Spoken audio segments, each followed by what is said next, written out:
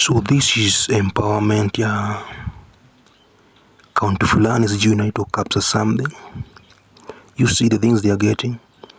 We have tanks, we have some machineries,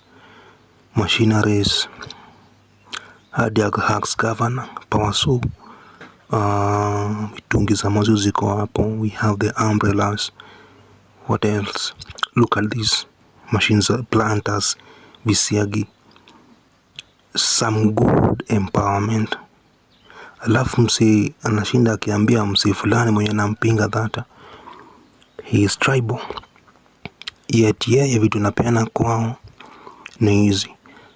And but the time wanaenda kufanya, what do you call it, empowerment in other places like Central, wase wanapelekea maharagwe hivi. So basically, if you are to evaluate this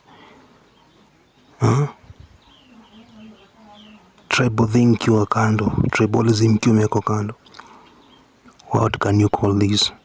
Others are being empowered with some things to make major moves, yet wao wanajita wa mlima wanapewa vitu ideas hivi. They can't even grow. Budget yao imekuwa limited to 1k per person. Mse anapewa Hacks governor, machines za kinyozi, machines za salon, some beauty products, planters, what have you. And then you want to tell me that tribalism does not affect us all. Mse na preach kuhusu tribalism na ite wengine tribe, what do you call it? Na yeye ndiye kingpin wa hizi vitu. So I don't know what you think about this, but this is very sad.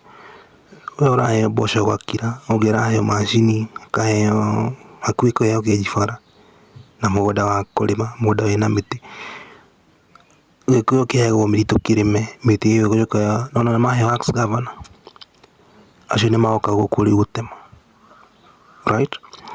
So you see where the difference comes in. Ona mitukia iria tondu maramenyeka ni makuhe miguda marime, but for you unaya bosha itarahe ukahe mushere na ukahe gibiriti kia ng'ori. What is that, man? Even if sio mambo na